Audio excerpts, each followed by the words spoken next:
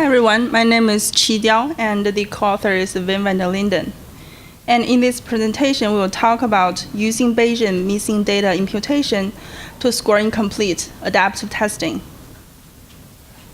So in this presentation, we'll first give an introduction, why we want to conduct research under this specific topic. And then we'll describe briefly what is available in the existing literature in terms of penalty-based scoring methods. And then we'll describe the statistically accurate scoring methods used in this study. And then next, we'll briefly describe the empirical study we conducted. And then finally, conclusion and discussion. So, why we want to do Bayesian missing data imputation for scoring incomplete CAT? If you look at the literature for adaptive testing, most current rules for scoring adaptive testing based on the assumption that student responds to all the items you assign to him or her. However, if you look at operational testing programs, oftentimes you will observe data that has missing response patterns. That is, sometimes examinees are unable to complete their test. And we will list some reasons in the later slides. And one uniqueness about adaptive testing is when there is incomplete response pattern, not only responses are missing, the items are unknown. Therefore, this study aimed to investigate how to score the incomplete response patterns for such examinees. As I said, there are many reasons why we have incomplete adaptive tests. For example, there might be technical difficulties, technical failure occurred in the middle of the test, so student couldn't finish their test. Another reason is students choose to prematurely terminate their test, and there are some different reasons. For example, student may choose to prematurely terminate the test for strategic reasons. For example, by evaluating the items that have been assigned to him and by evaluating his performance on those items, he decided by prematurely terminating his test, he may game the system. That is, he may achieve a higher score by prematurely terminating the test. And student may choose to prematurely terminate the test for non-strategic reasons. For example, maybe he or she just lose interest in the test, doesn't want to continue, or he feels tired, he doesn't want to continue the test. And there are many other reasons why we have incomplete adaptive testing. For example, student may run out of time. And in this case, speed parameter may come into play, and you may want to model your speed parameter in your study. So how do we score the incomplete adaptive testing? And if you look at the literature, the majority of them are called penalty-based methods. And the penalty-based methods are an implicit mixture of statistical considerations and policy decisions. And I listed some penalty-based methods here. The first is called wrong-only scoring, and we will talk more about it in a later slide. The second one is called 80% rule. So basically, what 80% rule does is only when a student responds to at least 80% of the items, then that student can receive a score. So it's not a penalty on the score itself, more of if you don't complete 80% of items, you won't have a score. So we do not include this approach in our study. And interestingly, when operational program implemented this 80% rule, after the testing, researchers found out by using this approach, a high percentage of students actually have incomplete response patterns. For example, if you have 1 hour testing with 60 items, and some smart students figured out by only complete 80% of items, you can allocate more testing time per test item. And so then they will have a chance to game the system. So then people start to use this proportional scoring method, which means the more items you respond, the higher test score you will get.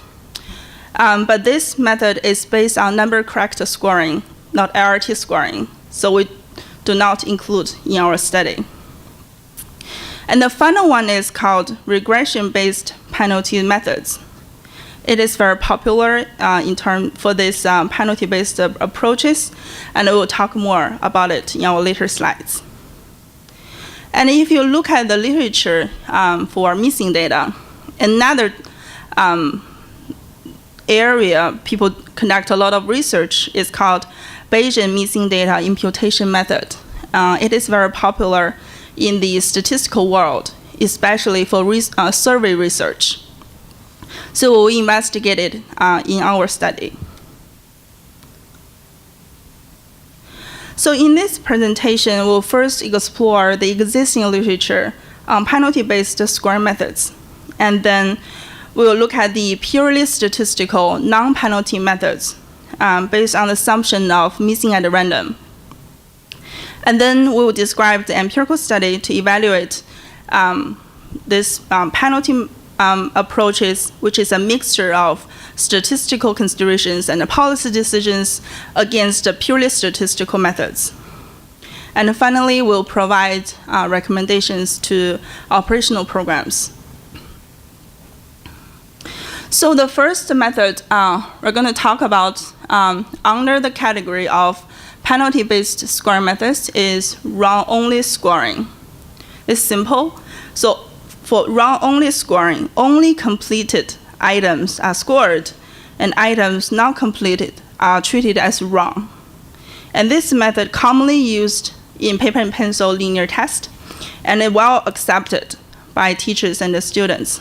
So if there's a missing data, score wrong. And this method does encourage guessing, because if you omit this item, you'll be scored as wrong. If you at least random guessing, you have a chance to get it right. But as I mentioned early on, one uniqueness about adaptive testing compared to linear fixed test is in adaptive testing, not only the responses are missing, the items are unknown. So there are two variations of run-only scoring for adaptive testing in our study. One is called run-only scoring during testing. The other is called run-only scoring after testing.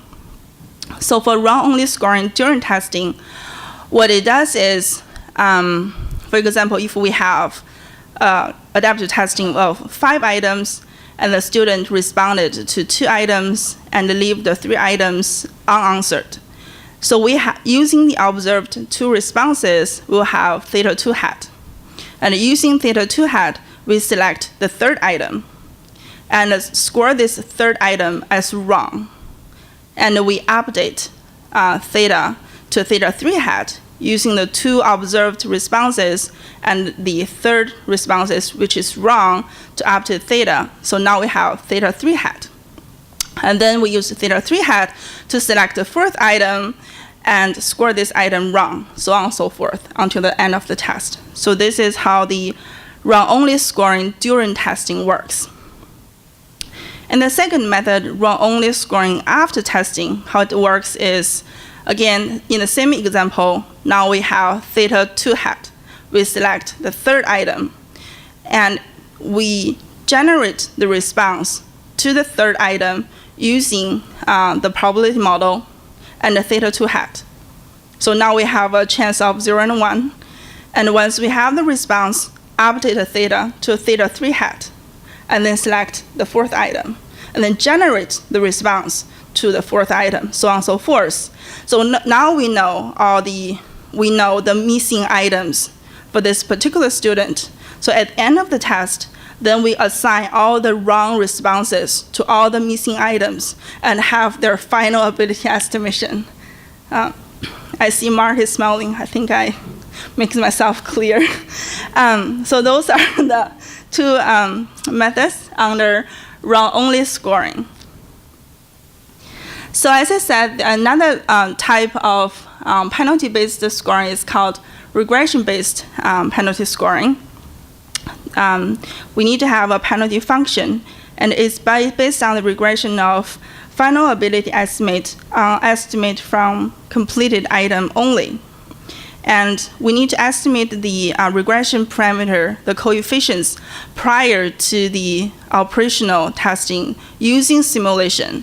So before the operational testing, you will already have all the parameter estimated, the functional, and during operational testing, you just plug in the theta estimate using the observed data, and the regression will predict the final score of the student.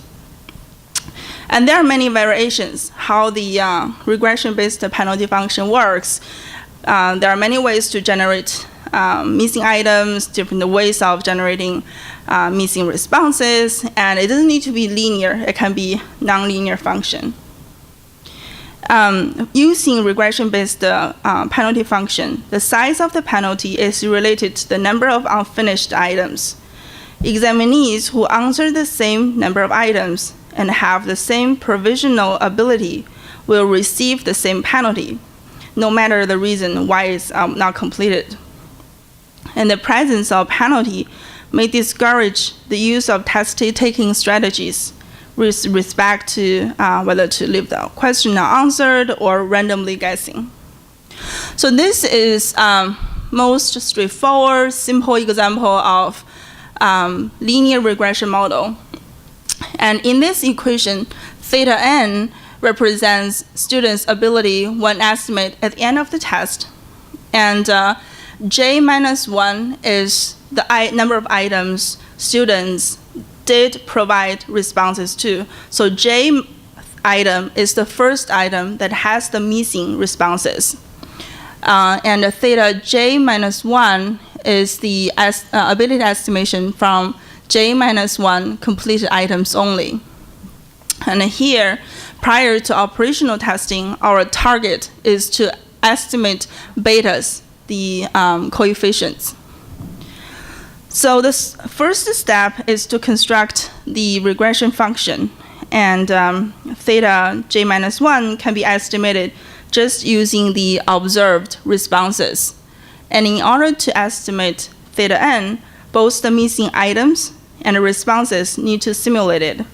And just for example, the items can be selected based on the last updated ability estimates, and the responses can be generated using the probability p equals 1 divided by a, and a is the number of choices in the multiple response items. Say if the item have 4 choices, p will equal to 0.25. So basically, this is a probability of a student randomly have a correct response to that item.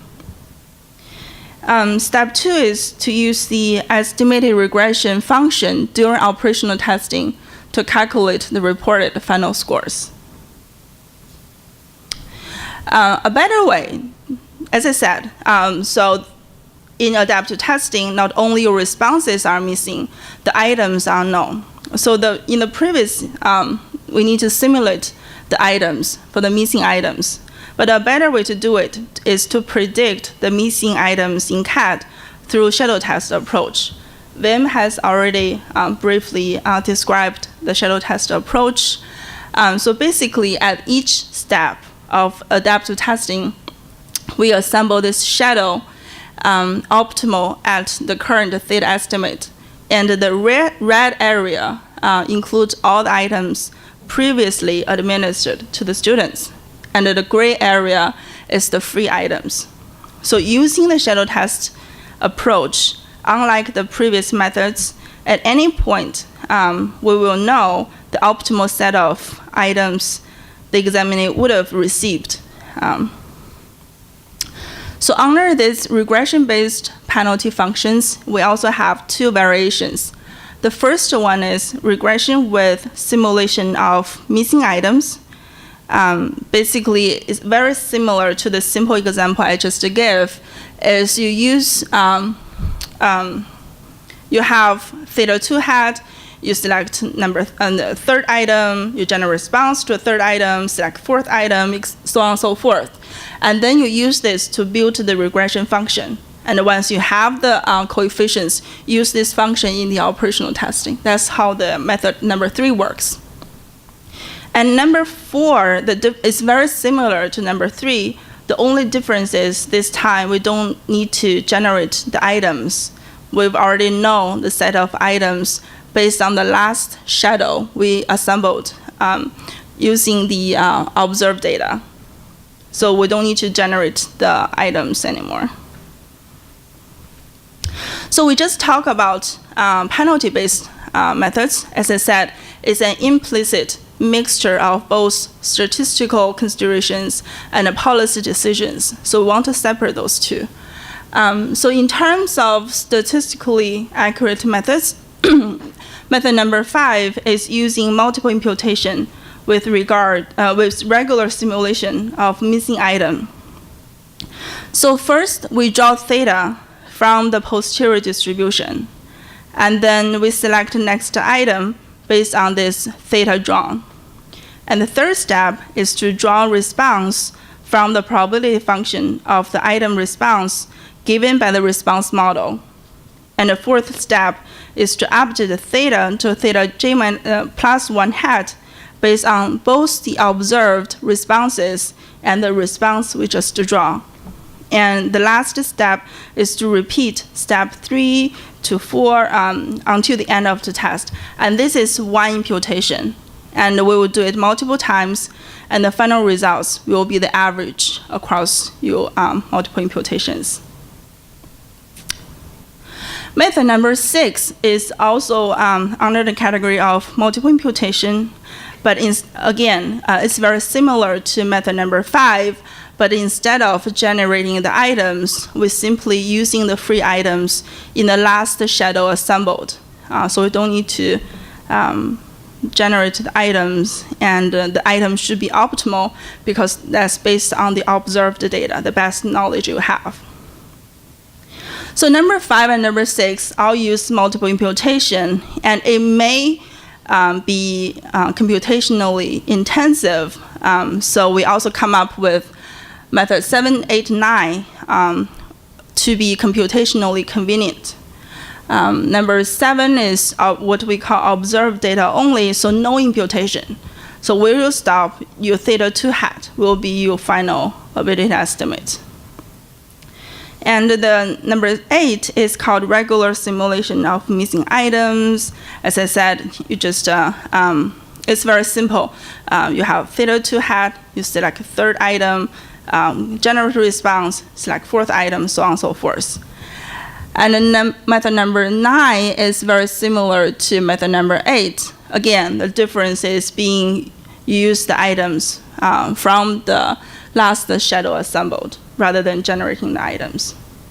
So we have 4 penalty-based methods and 5 statistically accurate methods.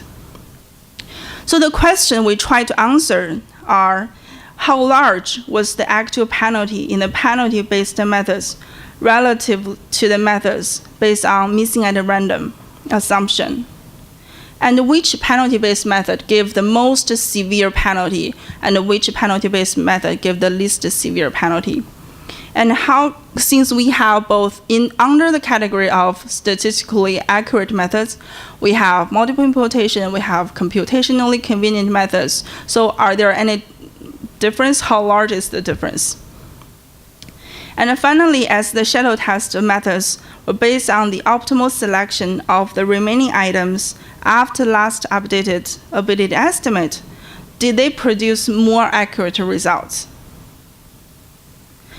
So with those questions in mind, we designed our simulation study. We have an item pool from a large-scale formative assessment with 165 items, all calibrated using 3PL model. The CAT is using fixed length termination rule with test length equals to 30. And we generate the students so that they answered 10, 25 items and leave the rest of the items unanswered. And we generate the true ability from a grade from -3 to 3 in increments of 0.5 and have 500 students per point. And we use EAP as the ability estimator with the standard normal as the prior. So here are some of the results. So this is bias for all 9 scoring methods. The first graph is the one that students only answered 10 items. And then the second graph is student answered 20 items. And the last graph is student answered 25 items. So a trend we see is the more items student responses, then the less bias there is. But if you look at item where students only responded to 10 items, let's see if this works. No.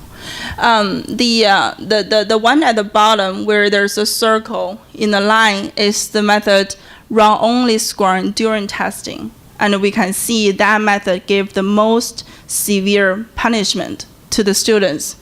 And the reason being is not only you score the items wrong, but also those wrong answers also used to update your theta, and which consequently is used to select the next items. So that's why that method gave the most severe punishment. And the one with the X along the line is the one using the is regression-based method using the last shadow item in the last shadow. Among the 4 penalty-based method, that method gave the least severe penalty. And all nested in the middle in terms of smallest bias are the 5 statistically accurate method. So now, surprisingly, it does produce more accurate results than the penalty-based method. And what we see here is the computationally convenient methods produce comparable results with the multiple imputation methods.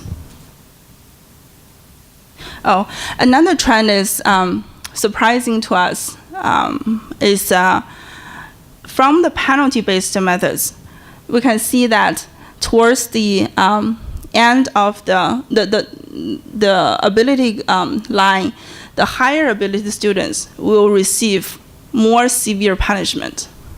So basically, if we all answer the same items and decided I'll terminate the test for 10 items, the higher ability students will receive more severe punishment.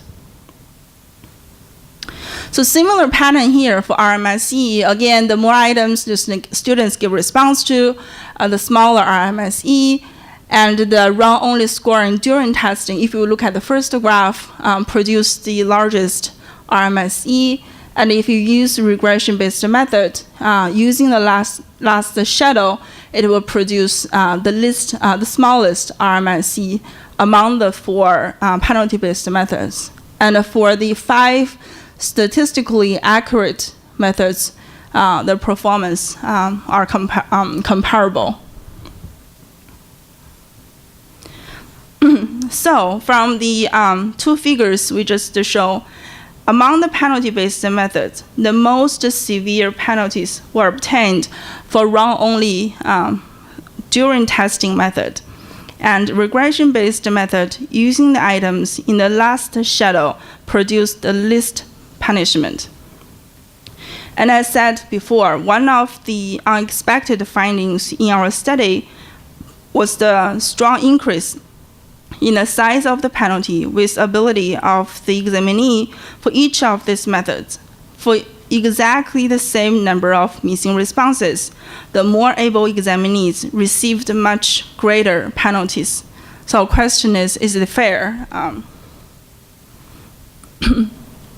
So in conclusion, the majority of CAT studies assumed that the students respond to all of the items assigned to them, and in operational testing programs, it may not be true. So how do we score those incomplete adaptive testing? Generally, incompleteness due to factors depend of the examinee's ability are cases of missing at random and should be scored accordingly. And incompleteness due to factors that do depend on the examinee abilities should lead to canceled or penalized scores.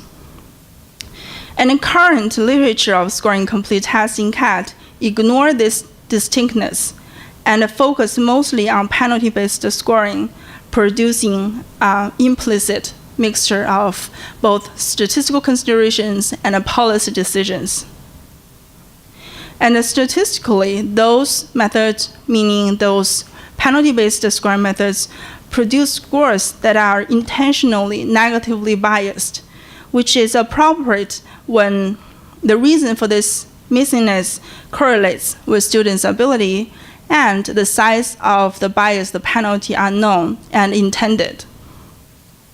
So more generally, we believe it would be better to apply a known and intended penalty to an unbiased score than scoring incomplete tests using an implicit mixture of statistical considerations and policy decisions. Yeah, that's all. Thank you.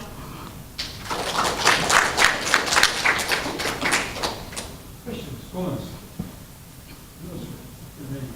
I think your results really nicely line up with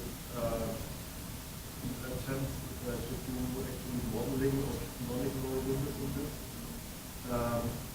I was wondering whether you actually modeled or simulated non-ignored windows, whether that was actually one of the things that would be a nice extension to that, and whether one of the 10 or 11 methods might be the one where you actually have this multidimensional model, the fact that also models living for penalty.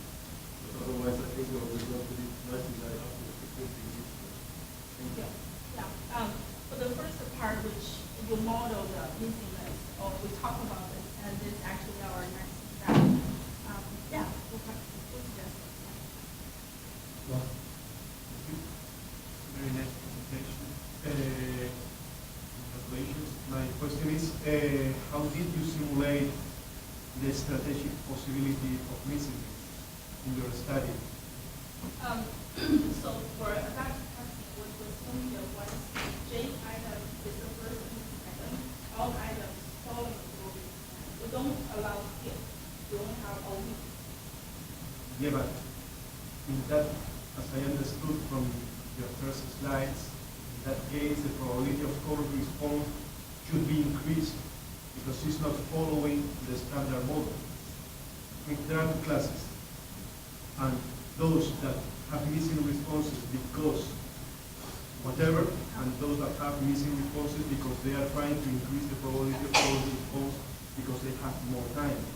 And with the simulation study, you have only simulated one of those classes that perhaps is not the most interesting one. No, actually do so.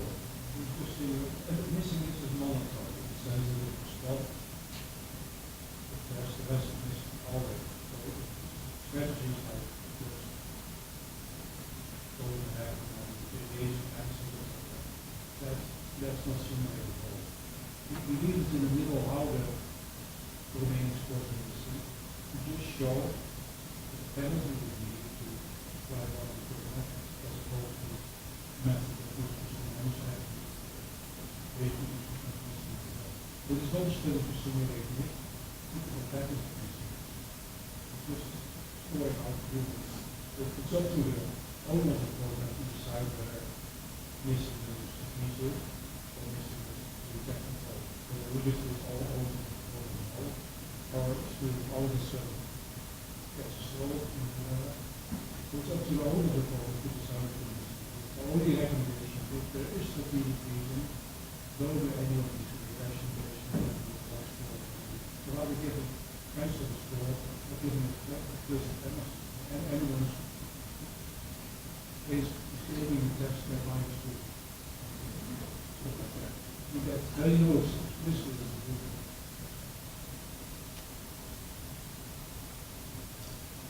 More questions? When you mentioned the idea of fairness, right?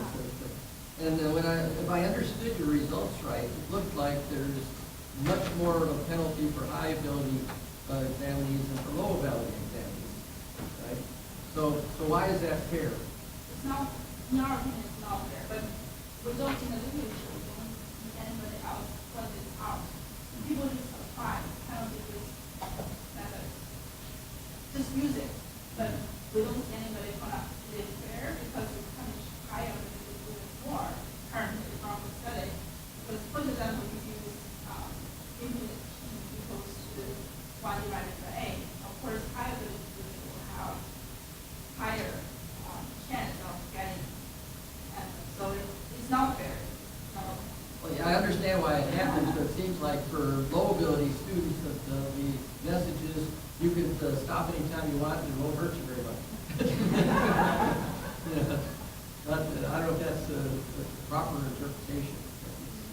If the hybrid is definitely fair, suppose all the students get ability, if they have, and if you're hybrid, you'd like to see fair in a good sense, not only relative to the old, but also The other question I had on this is, it seems that your item pool is relatively small for the length of the test. And I was wondering if that, you didn't give anything about the distribution of difficulty or parameters for the item pool. And I was wondering if your results are at all affected by, it may not be because of what you're doing, but I was just kind of wondering whether the results are affected by the distribution of items in the test of the size of the pool. is effective. Yeah, it's a factor. So it might be limitation of the study. So the teacher will want to have different design, different conditions in terms of pool size and access. So just the graph this is actually operational. That's because of the program. And this is the actual pool. They're but you're right. We should if you want to consider more conditions, that would impact on the design. Anyone else? You're 30 minutes left.